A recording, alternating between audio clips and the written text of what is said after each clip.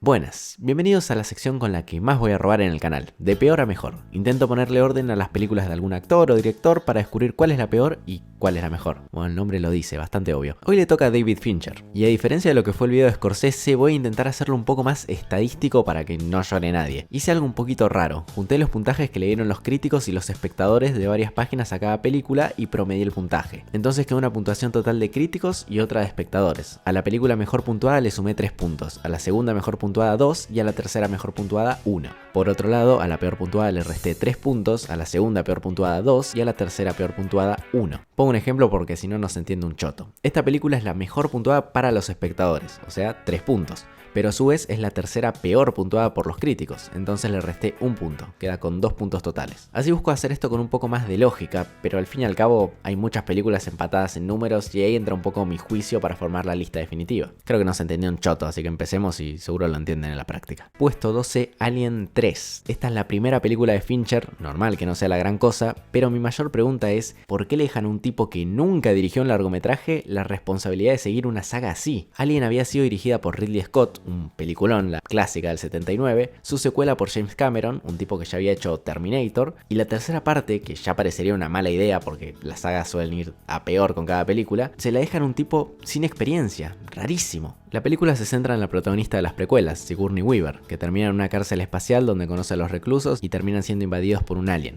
la típica. Creo que no hay duda de que esta es la peor película de Fincher. Puede llegar a ser entretenida si te gusta la saga, o los aliens, o la ciencia ficción, no sé, te puede gustar, no digo que sea una mierda, pero carece de todo lo que sabe hacer el director. El mayor problema en sí es Fincher. Yo pensé que la película tendría un presupuesto limitado, pero para nada. La original de Alien, del 79, tuvo un presupuesto de 11 millones de dólares. Aliens, que sería la 2 del 86, tuvo un presupuesto de 18 millones. Y Alien 3 tuvo un presupuesto de 50 millones de dólares. Es una locura. El valor de la Patagonia Argentina, más o menos. Y así todo se ve horripilante, porque la diferencia no está tanto en la capacidad monetaria, está en la experiencia como director. Claramente Ridley Scott no podía hacer una película con efectos del 2024, pero se las arregló para que su habilidad dirigiendo haga que el presupuesto sea lo de menos. Por eso Alien es un peliculón, mientras que Fincher no aprovecha nada de esto. Probablemente sea por la falta de experiencia, no digo que el tipo no sepa dirigir, tenía, no sé, 20 años seguro. Porque hay veces que el bicho se ve bien, que se ve logrado, pero cuando la toma es de cuerpo completo es un puto PNG, es un extraterrestre green screen sacado de YouTube. Y ahí el director tiene que darse cuenta de lo mal que iba a quedar para buscar otra manera de mostrar lo que muestra. Y la escena final ya es directamente injustificable, un muñeco en un croma.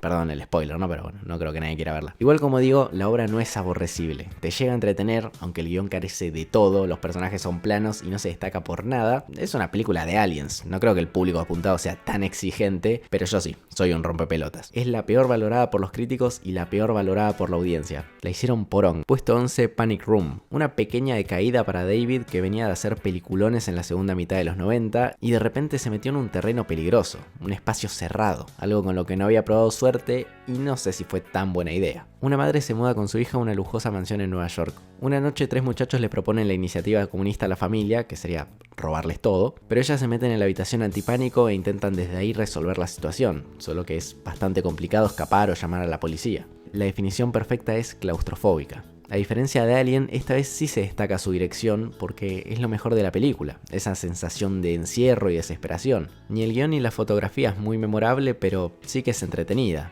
y definitivamente cualquiera podría verla y disfrutarla. Actúan la grandiosa Jodie Foster y Kristen Stewart, que sí es la de Crepúsculo, de Petite. Ambas hacen un buen trabajo. Kristen Stewart, al igual que Robert Pattinson, son dos actores juzgados y catalogados como malos porque Crepúsculo es una película mala y la directora no le supo sacar partido. Pero basta con ver otros trabajos como Spencer, Into the Wild, o en el caso de Roberto, El Diablo a todas horas, The Lighthouse o la última de Batman, para darse cuenta que son grandes actores. Volviendo a Panic Room, personalmente me gusta mucho, pero es una película más. También es algo del género. ¿Qué película de suspenso de los 2000 es muy recordada? Fue una época complicada, ya se había hecho todo en los 80 y 90 y se estaban estancando los conceptos. Quizás la recomiendo para conocer un poco de Fincher antes de meterse a fondo con sus otras obras, porque no será la mejor ni mucho menos, pero es de las más dinámicas. Si por algún motivo esta película no te entretiene, ahorrate tiempo y no veas las próximas porque suelen ser bastante más densas. En cuanto a la puntuación, la segunda peor puntuada por los críticos y puesto intermedio para la audiencia. Puesto 10, Mank. Me duele un poquito que esté tan abajo, pero no es una película muy apreciada por la gente. Sí por los críticos y la industria. Fue nominado a 10 premios Oscar, una locura. Y no quiero ser medio ofensivo ni asumir cosas porque no me informé tanto, pero la sentí un poco manotazo de ahogado del director para que le den un Oscar de una vez. La obra grita Oscar por todas partes. Pese a esto no creo que sea vacía ni mala, al contrario, muy buena. Mank se centra en la historia de Herman Mankiewicz, el tipo que escribió Ciudadano Kane, una de las mejores películas de la historia, actuada y dirigida por Orson Welles, que también aparece en la película, pero el protagonista, como digo, es Mank. Un tipo que a pesar de ser un genio escribiendo tenía muchos problemas, sobre todo con el alcohol, como tu tío. Algo genial de la película, que se contradice con lo que digo del manotazo de ahogado por el Oscar, es que el guión había sido iniciado por Jack Fincher, el padre de David, que falleció en 2003. Su hijo lo siguió, supongo que a modo de homenaje, y por eso es la única película que dirigió y a su vez produjo. Parece que quiso que se haga de cualquier manera, bastante bonito, y también se pierde eso que dije de buscar el Oscar. O capaz son dos cosas que existieron. Cuando el David se pase por casa le pregunto bien, tomamos unos mates y eso, pero bueno, hasta entonces me quedaré con la duda. Mank es una muy buena película, el guión es espectacular, sorprende lo mucho que se puede hacer hablando de otro guión, porque la obra tematiza la creación del ciudadano, como ya dije, pero no se ve nada de esto, ni la grabación, ni se habla mucho de escenas particulares, es plenamente el proceso creativo y la persona de Herman, el cual es interpretado por Gary Oldman, que recientemente me estoy dando cuenta lo versátil que es, sus papeles son muy diversos, lo banco un montón. También aparece Amanda Seyfried, que la tenía de Mean Girls, pero últimamente también vi algunas películas suyas y me gusta mucho cómo actúa.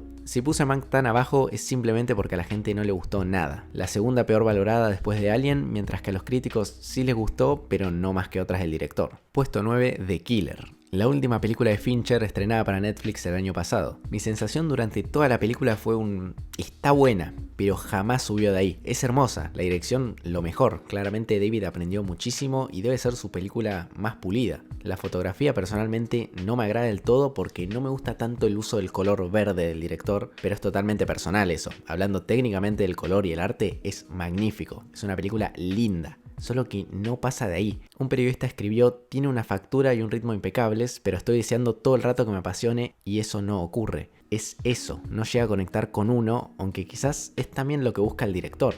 La lejanía con el protagonista. Protagonizada por Michael Fassbender, es un asesino a sueldo que en un trabajo termina cometiendo un error. Mata a otra persona y no puede seguir el resto del trabajo, por lo que queda mal hecho e incompleto. Ahora él tiene que irse y huir de sus jefes en una persecución. Hay adrenalina, hay suspenso, no hay distinción. Se ve la mano de Fincher, pero no al punto de uno encariñarse con la obra. Se disfruta, pero no se recuerda. Está basado en un cómic del mismo nombre del 98, aunque a diferencia del cómic, el film es más profundo. No solo presenta el mismo caso del asesino sin piedad que hace su trabajo sin pensarlo dos veces hasta que comete un error, sino que indaga un poco en su psicología y lo que lo mueve a hacer lo que hace. Raramente The Killer no hizo mucho ruido internacionalmente en premiaciones. Fue nominada a 30 premios desde su salida, pero solo ganó uno, a Mejor Banda Sonora en el Festival de Venecia. Eso dice bastante de la obra para los críticos, no hizo mucho ruido, mientras que al público no le gustó mucho, es la tercera peor puntuada por los espectadores. Algo raro es que no encontré nada sobre su presupuesto, en ningún lado, y solo vi que recaudó $400.000, lo cual es muy poco. No sé a qué se debe. Tampoco me tomé tanto tiempo para investigarlo, lo vi medio por arriba, perdón. Puesto 8, The Game. Fincher es un tipo curioso, puede hacer películas muy buenas pero con un ritmo lento y que a veces se sienten innecesariamente largas, o puede hacer las películas más dinámicas y entretenidas del mundo. Fue el caso de Panic Room y es el caso de The Game, que se la recomendaría a cualquier persona que no le interese tanto el cine pero quiera ver algo que le divierta. Nicolas es un tipo millonario que tiene todo lo que quiere, algo que parecería el sueño de cualquiera, pero realmente se debe sentir muy vacío. ¿Qué te pueden regalar para tu cumpleaños si puedes tener cualquier cosa? Sorpresivamente su hermano consigue un buen regalo, una invitación a un club secreto que dice haberle cambiado la vida. Nicolas va, pero es medio raro, muy informal todo, parece una estafa, pero a la vez es intrigante. Y esa es la pregunta que te haces toda la película. ¿Es intrigante o es una estafa? No quiero spoilear nada, anda a verla, personalmente me fascinó y el final es espectacular. El protagonista está interpretado por Michael Douglas, un tipo que tiene días de mierda siempre, como en Un día de furia. Suele manejar personajes así. La dirección está muy bien, Fincher mejoró muchísimo en esos 5 años y ahora hace una película que si bien es compleja por su guión guión, si la dirección no ayuda es un problema. David hace que te comas todos los plot twists, también genera que sospeches, algo que es hermoso en una película porque hace que el espectador sea parte también. Si ves la película en un grupo, probablemente sus opiniones van a quedar divididas hasta que lleguen al final y quizás uno haya descubierto lo que iba a pasar, pero en general es complicado. Muy divertida y recomendable. La tercera mejor puntuada por el público, pero la segunda peor puntuada para los críticos. Se ve que no les gustó mucho a los señores de la profundidad y la crítica social, que se chupen una pija. Puesto 7, el curioso caso de Benjamin Button. Siempre supe de su existencia porque se volvió algo de la cultura popular en un punto. Tiene una popularidad enorme más allá de la obra original, que es un relato de Scott Fitzgerald, y de la película de Fincher.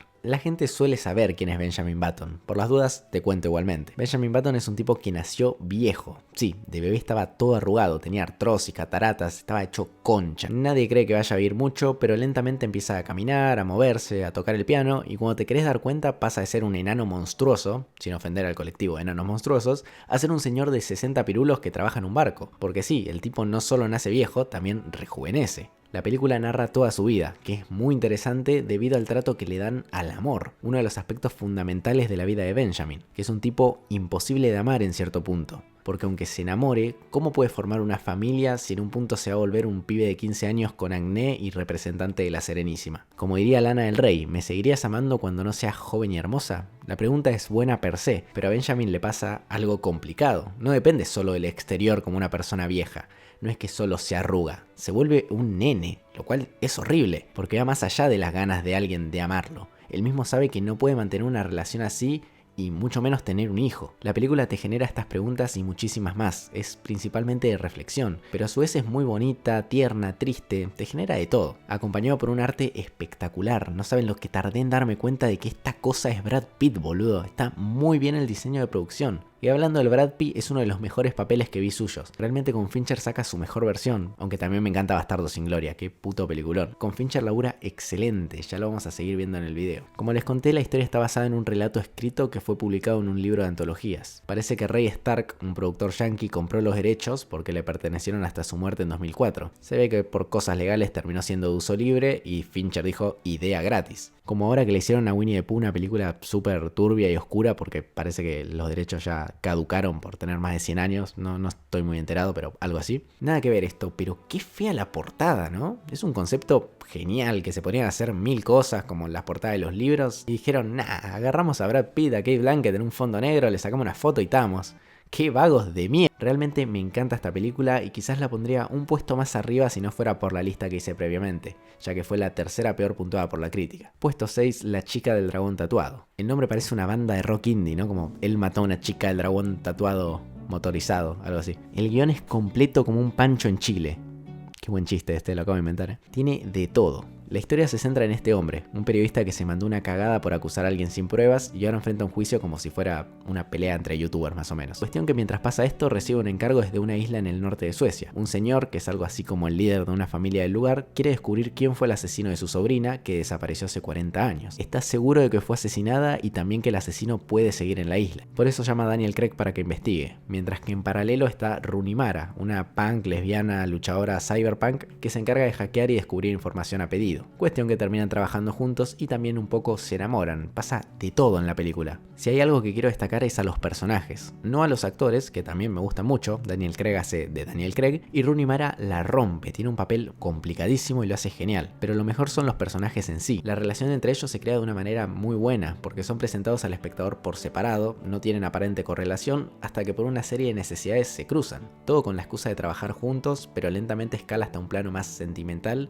que se siente natural, para nada forzado, aun siendo dos personajes muy distintos entre sí. Por otro lado, el final es letal, te deja con bronca, pero a su vez se siente realista, es buenísimo. No estuvo entre las mejores puntuadas ni las peores, tanto por el público como por los críticos, por eso queda exactamente en la mitad. Son putas métricas, pensalas. Ahora vamos al top 5, creo que acá no hay discusión. Las 5 mejores películas se sabe cuáles son, la discusión es cómo ordenarlas. Me baso en los puntos como los demás puestos y en mi visión de las obras. Entonces para mí el puesto 5 es de Zodiac. Basado en la vida del asesino del Zodíaco, es una historia real, en San Francisco durante el 66 y 78 este tipo mató a muchas personas y a su vez que lo hacía mandaba pistas a la policía. Fue una intriga mundial durante ese tiempo y prevaleció hasta la actualidad. Dos detectives intentan encontrar al asesino mientras que dos periodistas hacen lo propio con sus distintos medios. Acá había un problema levemente similar al de la chica del dragón tatuado, pero agigantado. Como les conté, la película anterior tiene mucha historia, pasan muchas cosas, hay muchos personajes, son dos historias sucediendo en paralelo, entonces es normal su duración, se siente un poco largo, pero normal. Pero en Zodiac solo hay una cosa pasando, una investigación. No sé si era necesaria 2 horas y 40 para eso. Se puede llegar a sentir pesada, pero es como cuando un perro te rompe algo, viste, que te enojas porque te rompe algo, pero no te podés enojar con él porque lo querés. Acá lo mismo, no te podés enojar con Fincher porque es un tipazo, pero se siente un poco estirada la trama y es el mayor defecto, el ritmo. Si bien interesa la temática y el guión es interesante por sí solo, el ritmo es lo que no te da particularmente ganas de verla de nuevo. Al contrario que Panic Room, es excelente pero no da ganas de revisitarla. A pesar de esto, el resto de cosas están muy bien. Los actores principalmente, Jake Gyllenhaal, Robert Downey Jr., Mark Ruffalo,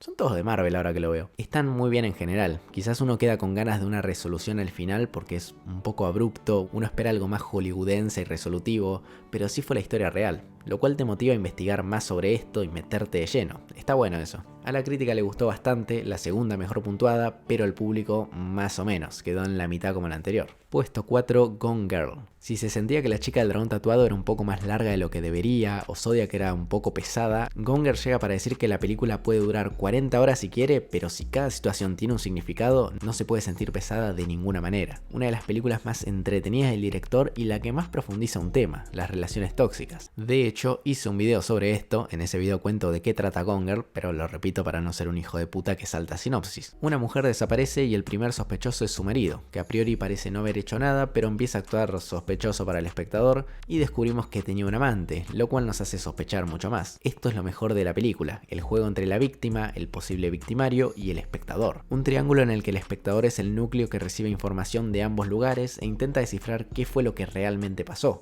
Desesperante y te llena de interés. Al igual que Zodiac, está basado en un caso real o más o menos, porque está inspirado en un hecho. No es totalmente igual como en el puesto anterior, es más bien un disparador. Parece que en 2002 sucedió algo parecido. Una mujer embarazada de 8 meses desaparece, el primero en darse cuenta de esto es su marido y organizan un equipo de búsqueda. Acá es cuando las historias se diferencian porque lo que pasó realmente es que se encuentra el cuerpo de la mujer y el bebé y queda claro que el asesino fue el marido. Una nota periodística dice: Scott fue arrestado 50 kilómetros de la frontera con México con $10.000 en efectivo, el pasaporte de su hermano, 4 teléfonos, 12 pastillas de Viagra. ¿Por qué? Ya había dejado barba, bla bla bla. Bueno, me lo puse esto porque me dio risa lo del Viagra. Para nuestra sorpresa, es una película apreciada tanto por la audiencia como por los críticos. La tercera mejor puntuada por ambos, lo cual la pone en un lindo cuarto puesto en el que está empatado con Zodiac, pero creo que lo merece más por usar bien los tiempos. Después de todo, son películas que comparten varias cosas, pero una cosa no, el ritmo. Puesto 3, Seven. ¿Cómo es que un tipo que hace Alien 3 automáticamente hace Seven? Claramente no fue su culpa totalmente que haya salido todo tan mal en su primera obra. Seven tiene todo para triunfar, una historia atrapante, a Morgan Freeman, a Brad Pitt, a Kevin Spacey, antes de ser cancelado, lo cual le da bastante valor. Está dirigido por Fincher y es un policial. Diría que esto es la especialidad del director. Morgan Freeman es un policía a punto de jubilarse y ser reemplazado por Brad Pitt. Antes que esto suceda, tienen que trabajar juntos en un caso. Unos asesinatos empiezan a ocurrir y descubren que tienen relación con los pecados capitales. Por ejemplo, este Dogor que aparece muerto y fue forzado a comer hasta morir, simbolizando claramente la gula y así con los demás pecados capitales. La obra es demasiado dinámica, no hay momento en el que pienses en otra cosa que no sea la trama. Los personajes están muy bien, lo mejor de todo son las incógnitas que te deja en mente, porque las víctimas del asesino no son particularmente personas buenas e inocentes. Es medio nazi decir que merecían morir, pero un abusador de menores no es una buena persona exactamente. El asesino toma un rol más o menos al estilo de Kira en Death Note. Claramente no es correcto matar personas, pero te deja un leve goce que las personas asesinadas sean crueles o malas, aunque esto claro depende de cada persona. Algunos lo notarán injustificable y quizás otros lo vean como el salvador del mundo. A diferencia de casi todas las películas de Fincher, esta no está basada en nada, ni en un libro, relato, historia real, nada. Es un guión puro. Es la segunda mejor puntuada por la audiencia y es un ni fu ni fa para los críticos. La película es muy buena en todo aspecto, pero si hay algo que destacar es el final. Espectacular, hay que hacer un apartado especial solo para esto. aunque ahora me estoy dando cuenta de que casi todos los finales del director son buenos, sacando quizás Zodiac y The Killer, qué espectacular el de The Game, Benjamin Button, La chica ETC, Gone Girl y evidentemente Seven, que no solo es un buen final, sino que tiene un plot twist inmenso, al igual que otra obra de Fincher que, sí, ocupa el segundo puesto, Fight Club. Quizás me arranque en la cabeza, puede ser, son simplemente estadísticas y pocas ganas de cambiar las posiciones porque me parecen correctas. No sé si sirve de algo explicar la historia porque creo que todos la deben conocer, pero por las dudas, Edward Norton es un tipo que se quiere matar, tiene una vida deprimente e insípida hasta que conoce a Brad Pitt, un vendedor de jabones, Führer Bars, ¿no? Que tiene una idea bastante anarquista del mundo. Por circunstancias de la vida deciden abrir un club de lucha donde se cagan a trompadas y no, la película no se trata de que es genial cagarse a trompadas, es un poquito más profunda, por no decir que nunca la entendí. Al club secreto este le empieza a ir muy bien y se vuelve popular en todo el país, hasta que se vuelve una asociación medio anticorporativista, anticapitalista y etcétera. Anda a verla, flaco. Creo que el plot twist lo conoce todo el mundo, por las dudas no lo menciono, pero es muy bueno y el final es espectacular. Ya sé que acabo de decir no quiero spoilear, pero no puedo no poner esta escena. La música, el plano, es cine puro. Quizás lo más polémico en su momento era la cantidad de violencia desmedida y para algunos injustificada, pero como muchas cosas no lo hacen, sí supo envejecer bien, pasando a ser una obra de culto y considerada de las mejores películas de la década del 90. Nuevamente está basado en una novela, hecha por Chuck Palahniuk. Ponete un nombre fácil, hijo de puta. Desconozco el formato de la obra original, pero la versión de Fincher quedó muy cinematográfica, tanto que me hace pensar que no hay manera de que la novela sea mejor que la película, lo cual es muy raro porque siempre suele ser al revés. La gente ama Fight Club, es la mejor puntuada por la audiencia, mientras que para la crítica, polémico. Hay muchos que la aman y muchos que la detestan con todo su corazón. Por eso queda arriba de Seven y abajo del primer puesto, que quizás algunos no sepan qué poronga está en el primer puesto, pensaron que no había más películas de Fincher y esperaban que Fight Club sea el número 1, no. Puesto 1 de Social Network. Desde que sé la existencia de esta película tuve un prejuicio enorme. ¿Qué poronga me interesará la vida de Mark Zuckerberg? ¿Qué tan interesante puede ser? El tipo es una red social nada más. Además deben ser 2 horas seguidas comiéndole los huevos por haber hecho Facebook. Debe ser una chota. No, me equivoqué. Estuve como 10 años pensando eso hasta que tuve que verla para hacer este video y quedé totalmente enamorado. Básicamente la historia de Mark Zuckerberg, pero contada de una manera inigualable. Principalmente se centra en los juicios que fueron realizados en su contra por haber robado la idea de Facebook. Se cuenta el juicio a la vez de lo que pasó al inicio de la aplicación y les juro que es divertidísimo. No tiene sentido, pero lo es. Pasa que a diferencia de muchos protagonistas de películas basadas en historias reales, el tipo no es un santo. Mark es bastante hijo de puta, o más que un hijo de puta, es un tipo peculiar, con el que puedo empatizar personalmente y siento justificadas sus acciones. Pero viéndolo uno en una película, la verdad que parece un forro. Zuckerberg está interpretado por Jesse Eisenberg, que no lo vi en ningún otro papel. No sé si es un actorazo o es terrible autista como Mark, una de dos, pero realmente le queda espectacular el personaje. También está Andrew Garfield como el villano si se quiere, aunque ninguno es malo, y el personaje de Andrew está más cerca de ser el perjudicado que el de Jesse.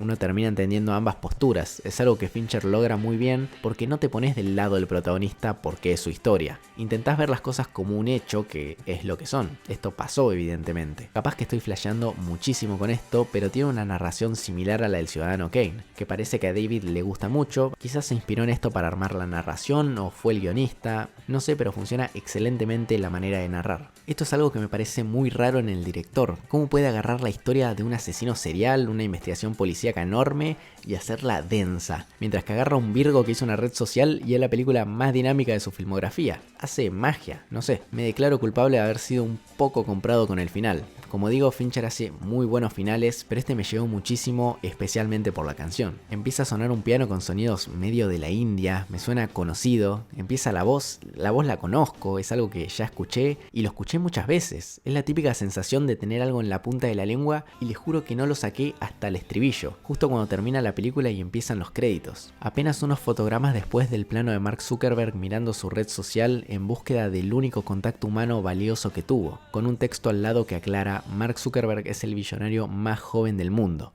y explota la canción Baby You Are a Rich Man.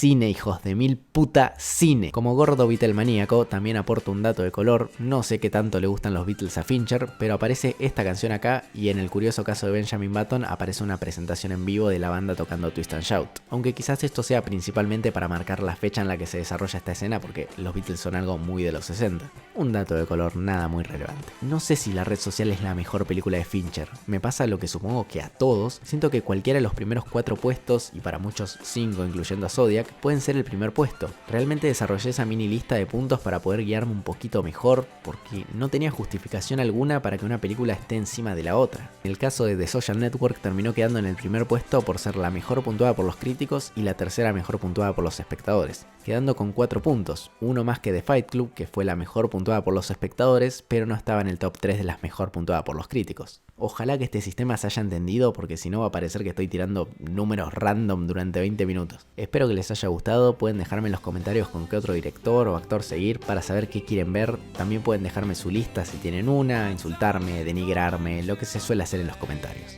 Gracias por ver y nos vemos.